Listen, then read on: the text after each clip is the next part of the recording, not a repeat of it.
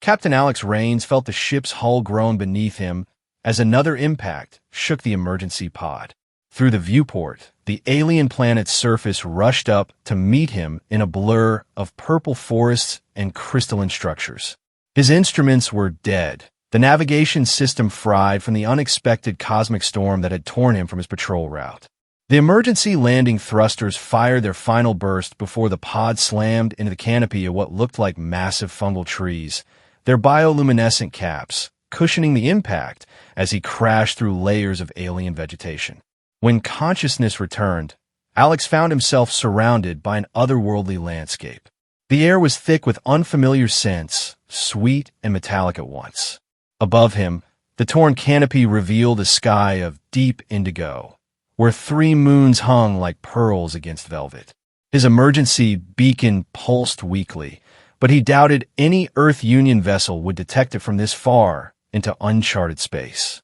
According to his damaged instruments, he had landed on Zareth, a world known for its advanced civilization but notorious for its isolationist policies.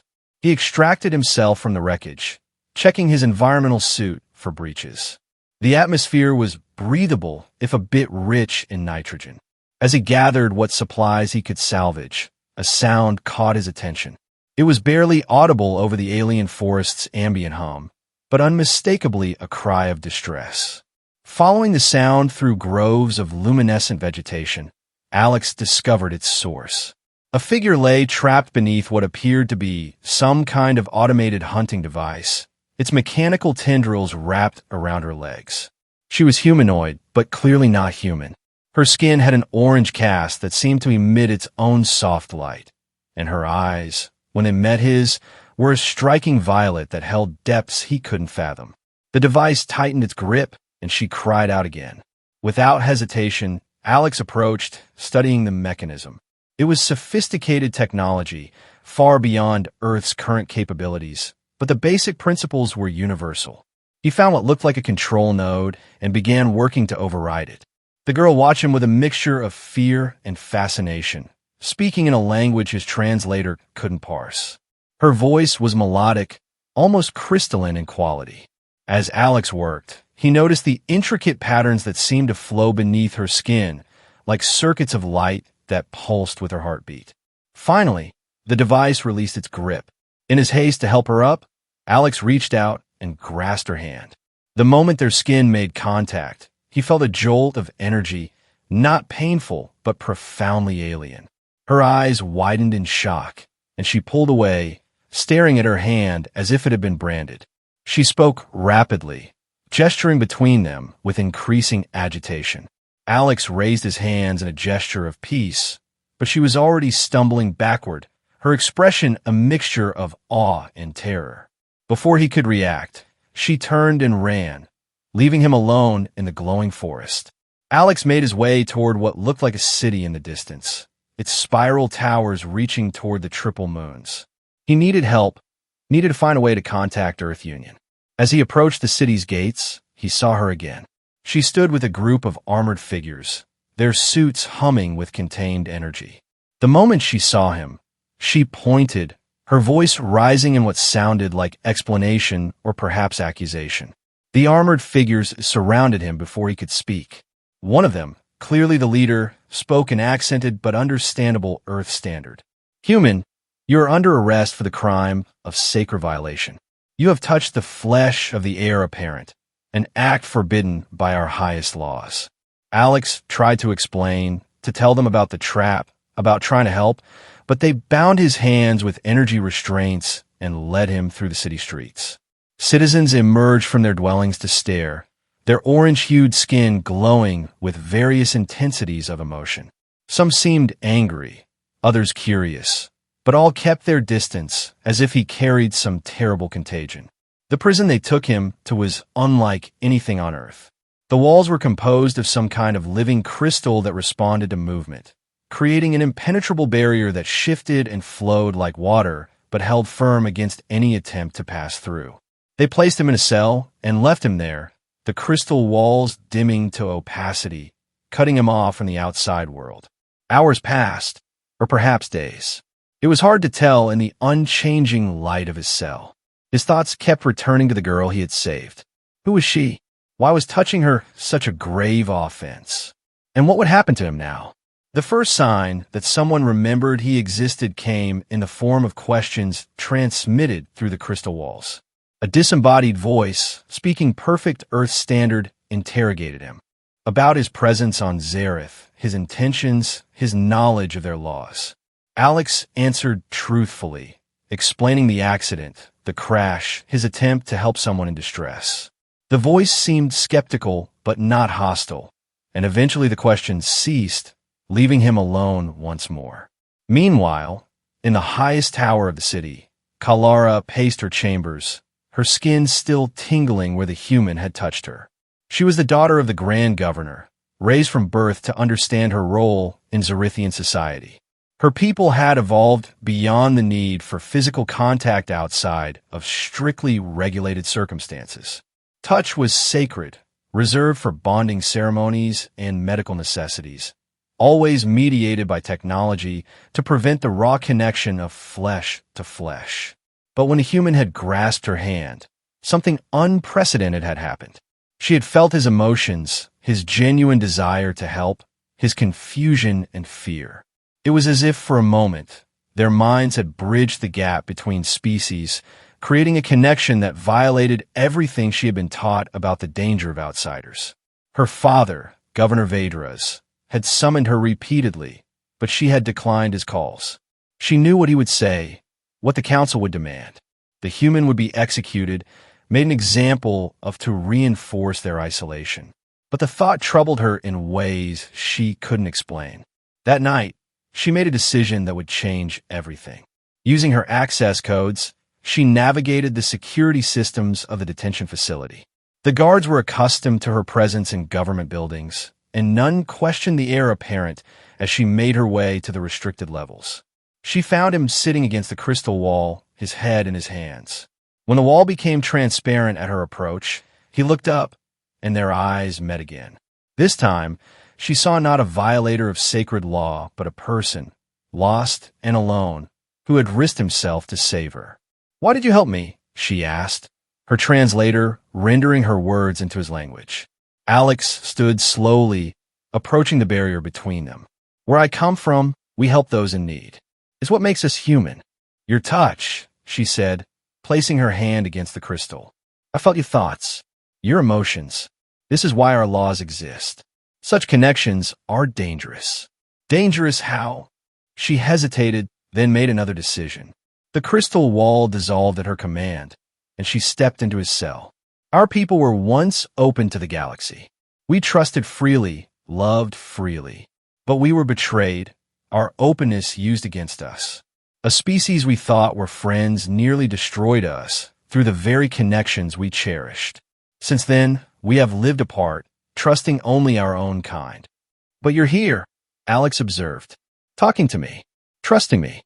Perhaps I am a fool," she said, her skin patterns shifting to deeper hues. "But when you touched me, I felt something I've never experienced. Not just your thoughts, but your essence. You saved me without knowing who I was, without hope of reward. This is not the behavior of a conqueror or a deceiver." Their conversations became a nightly ritual. Kalara would slip away from her duties, spending hours with Alex, learning about Earth and humanity while sharing the history of her own people. She brought him books encoded in crystal matrices, showed him art that existed in dimensions his eyes could barely perceive. In return, he told her stories of Earth, of human struggles and triumphs, of the dream that drove humanity to reach for the stars.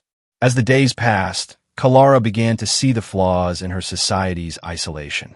Her father's old speeches about opening Zareth to the galaxy, abandoned after the Council's resistance, started to make sense. She accessed restricted archives, learning about the ancient Tower of Communion, a relic from before the isolation when Zareth had been a hub of interstellar communication. The night before Alex's trial, Kalara made her choice. She arrived at his cell with a device she had taken from her father's private collection, a phase key capable of disrupting any energy barrier. But she also brought something else, the truth about what would happen the next day. "The Council has decided," she said, her voice heavy with emotion. Tomorrow, you'll be executed. They say your crime cannot go unpunished, that allowing you to live would encourage others to violate our laws. Alex nodded slowly. He had expected this. I understand. Your laws are your laws. I just wish I could have seen Earth one more time. No, Kalara said, her skin flaring with determination. I won't let this happen. You saved my life. You showed me kindness when you had every reason to leave me to my fate. I've spent my whole life following rules that no longer serve their purpose. Tonight, that changes.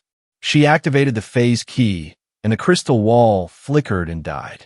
Alex stepped out of his cell, free for the first time in days. Kalara, you can't do this. You'll be throwing away everything, your position, your future. What future? She asked. One where I perpetuate a system built on fear? Where I let an innocent man die because our ancestors were hurt? No. If this is treachery, then I choose to be a traitor. They moved through the detention center's corridors, Kalara using her biometric signatures to bypass security systems. She had planned their route carefully, leading them away from main passages and toward maintenance tunnels that connected to the old city beneath the modern structures. Where are we going? Alex asked as they descended into darkness, lit only by ancient bioluminescent guides. To the Tower of Communion, she replied. It's been dormant for centuries, but the systems are still intact. If we can activate it, we can send a message to your Earth Union, let them know you're alive. The journey through the Undercity was treacherous. The old passages were unstable, filled with forgotten technology and automated defenses that still functioned after generations of neglect.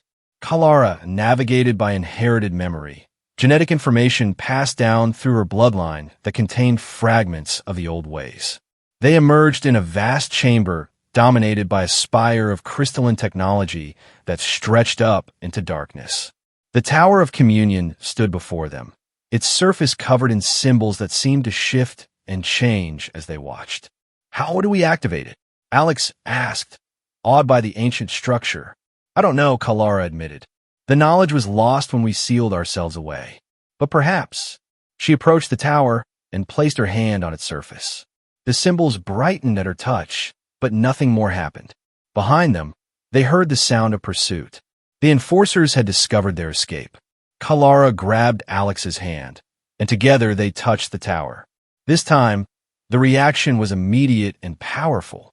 Energy surged through them, the forbidden connection of their touch amplifying through the ancient systems. The tower blazed alive, its communication arrays unfolding like metal flowers blooming in fast motion. The enforcers burst into the chamber, weapons raised, but stopped in amazement as the tower completed its activation sequence. A holographic interface materialized, awaiting input. Send your message, Kalara urged. Quickly, Alex stepped forward, his hands moving through the holographic controls with intuitive understanding. The tower seemed to read his intentions, translating his thoughts into a tight beam transmission aimed at Earth Union space. He sent coordinates, his identification codes, and a brief explanation of his situation, emphasizing that he had encountered a civilization ready for peaceful contact. The lead enforcer stepped forward, weapons still raised. Heir apparent, step away from the outsider. You have committed treason of the highest order. No, Kalara said, standing firm beside Alex. I have committed an act of conscience. Our isolation has made us prisoners of our own fear. This human showed me that trust is still possible, that connection doesn't always lead to betrayal. The standoff was broken by the arrival of more figures, but these wore different uniforms. At their head walked Governor Vadras himself, his expression unreadable. Kalara tensed, expecting condemnation, but her father's first words surprised everyone. Stand down, he ordered the enforcers. All of you. Governor, the lead enforcer protested. Your daughter has violated our most sacred laws. She has aided an outsider, activated forbidden technology. She has done what I lack the courage to do, Vadras interrupted. He approached the tower, studying the active displays. For years, I've known our isolation was killing us slowly. We've become stagnant, fearful, hiding from the very connections that once made us great. Perhaps it takes the young to show us the way forward. He turned to Alex. Human, your message has been sent. Your people will come for you. The question is what they will find when they arrive. A closed world that treats their emissary as a criminal, or a civilization ready to rejoin the galactic community. Before anyone could respond, the tower's sensors detected incoming vessels. Earth Union ships, responding to Alex's distress call with unprecedented speed. The diplomatic corps had been waiting for any sign from this sector, hoping for an opportunity to establish relations with the enigmatic Zerithians. They're here already? Alex said in amazement. Your people are efficient, Vaders observed. And now we must decide our path. The next hours were a blur of activity. The Earth Union diplomatic vessel took position in orbit while shuttles descended to the tower site. Zerithian forces maintained a defensive posture but made no aggressive moves. At the center of it all stood Alex and Kalara, living bridges between two civilizations taking their first tentative steps toward each other.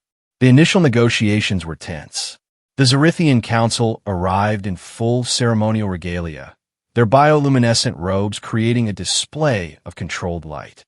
The Earth diplomats, led by Ambassador Sarah Okafor, approached with careful respect, aware that this moment could define relations between their species for generations.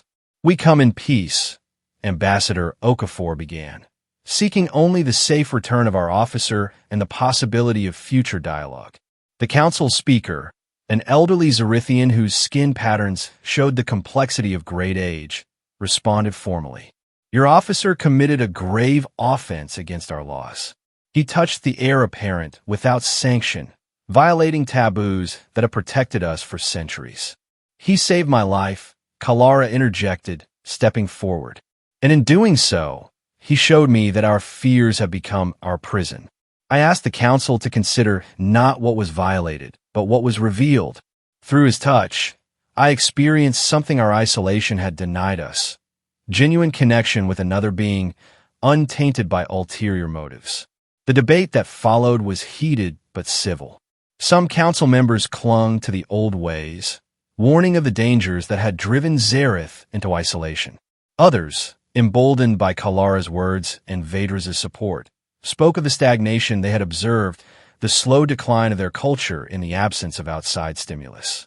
Finally, the speaker called for judgment. Captain Alex Rains, you stand accused of violating our most sacred laws. However, testimony has been given that your actions were motivated by compassion, not malice.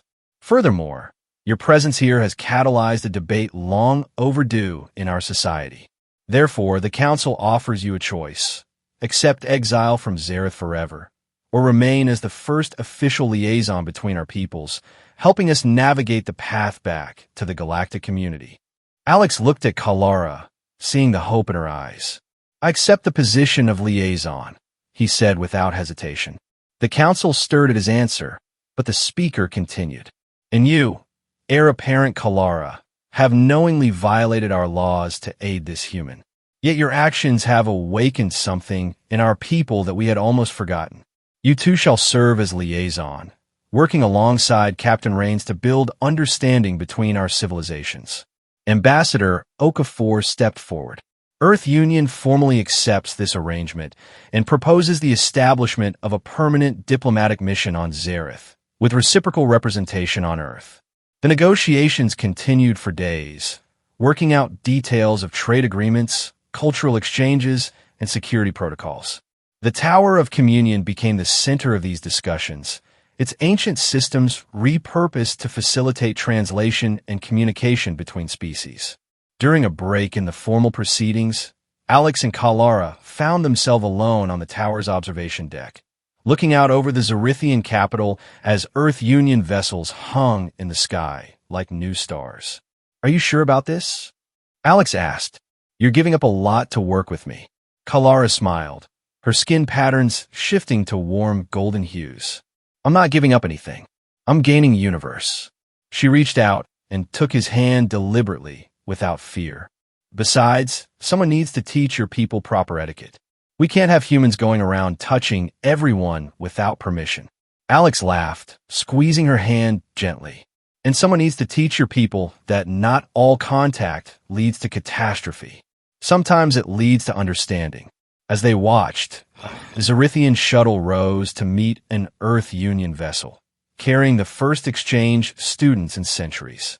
Below in the city, crowds gathered to witness this historic moment, their bioluminescent skin creating a sea of light that pulsed with excitement and apprehension. Change is never easy, Kalara observed. There will be those on both sides who resist, who fear what contact might bring. True, Alex agreed. But fear is conquered one connection at a time. We've made a start. Their work in the following months was challenging but rewarding. They established protocols for safe interaction between species, balancing Zerithian cultural sensitivities with human social needs. The first Earth tourists to visit Zareth were carefully selected and extensively briefed. Similarly, Zerithian explorers who journeyed to Earth underwent preparation to deal with humanity's more tactile culture. There were incidents, misunderstandings, and moments of tension. But there were also breakthroughs. Zerithian medical technology that could cure human diseases, Earth musical forms that resonated with Zerithian consciousness in unexpected ways, collaborative scientific project that advanced both civilizations' understanding of the universe. Through it all, Alex and Kalara worked side by side, their partnership becoming a symbol of what was possible when fear gave way to trust. Their evening walks through the city became a familiar sight to citizens who had once viewed any human presence with suspicion. 1 year after first contact, they stood together at the dedication of the new Interspecies Cultural Center. The building incorporated both Earth and Zerithian architectural principles, its flowing lines and crystalline structures creating something entirely new. My father tells me the council is considering expanding the exchange program, Kalara said as they watched mixed groups of humans and Zerithians explore the center's exhibits.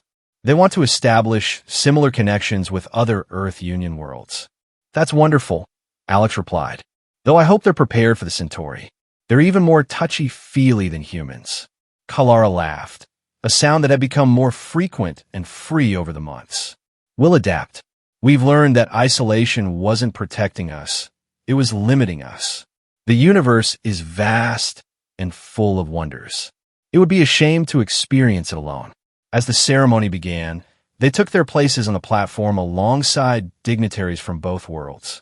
Governor Vedras spoke of transformation and courage, Ambassador Okafor of friendship and mutual benefit. But the moment that resonated most came when a young Zerithian child, born after the isolation had ended, walked up to a human child and offered her hand in greeting. The human child took it without hesitation, and their joined hands glowed softly with shared bioluminescence, a sign that the barriers between species were not insurmountable after all. Alex felt Kalara's hand slip into his, her touch now familiar, but no less meaningful. "Look what you started," she whispered, "all because you couldn't leave a stranger in distress." "Look what you continued," he whispered back, "all because you couldn't let fear win over compassion." As the sun set over the Zerithian capital, painting the sky in shades of purple and gold, the two liaisons stood together, living proof that sometimes the greatest changes begin with the smallest gestures. A moment of connection, a choice to help, a decision to trust. These were the foundations upon which civilizations could build a better future. The work was far from over. There would be challenges ahead, voices of dissent to address, and bridges yet to build. But as Alex and Kalara watched their two peoples mingling freely in the plaza below, they knew that the hardest step, the first one, had been taken. The rest was just a matter of time, patience, and the continued belief that understanding was stronger than fear. In years to come, historians would mark this period as the beginning of Zareth's second golden age, a time when isolation gave way to integration, and fear transformed into wonder. They would speak of the human captain and the Zerithian heir who defied convention to forge a new path. But for Alex and Kalara, standing together as the stars emerged in the alien sky, it was simply the beginning of an adventure that neither could have imagined when a crash landing brought them together in a purple forest, under the light of 3 moons. The future stretched before them, uncertain but full of promise. And as Kalara's skin patterns synchronized with Alex's heartbeat, a phenomenon that Zorithian scientists would spend decades studying, they knew that whatever challenges lay ahead, they would face them together, 2 hearts beating as one across the vastness of space and the bridge of understanding they had built with their own hands. The Tower of Communion, once a relic of the past, now pulsed with constant activity, its signals reaching out to distant stars, carrying messages of hope and invitation. And in its shadow, 2 civilizations learned to walk together toward a future neither could achieve alone, forever changed by a single act of kindness that had broken through the barriers of law and fear to touch the universal truth of compassion that binds all sentient beings, regardless of the worlds they call home.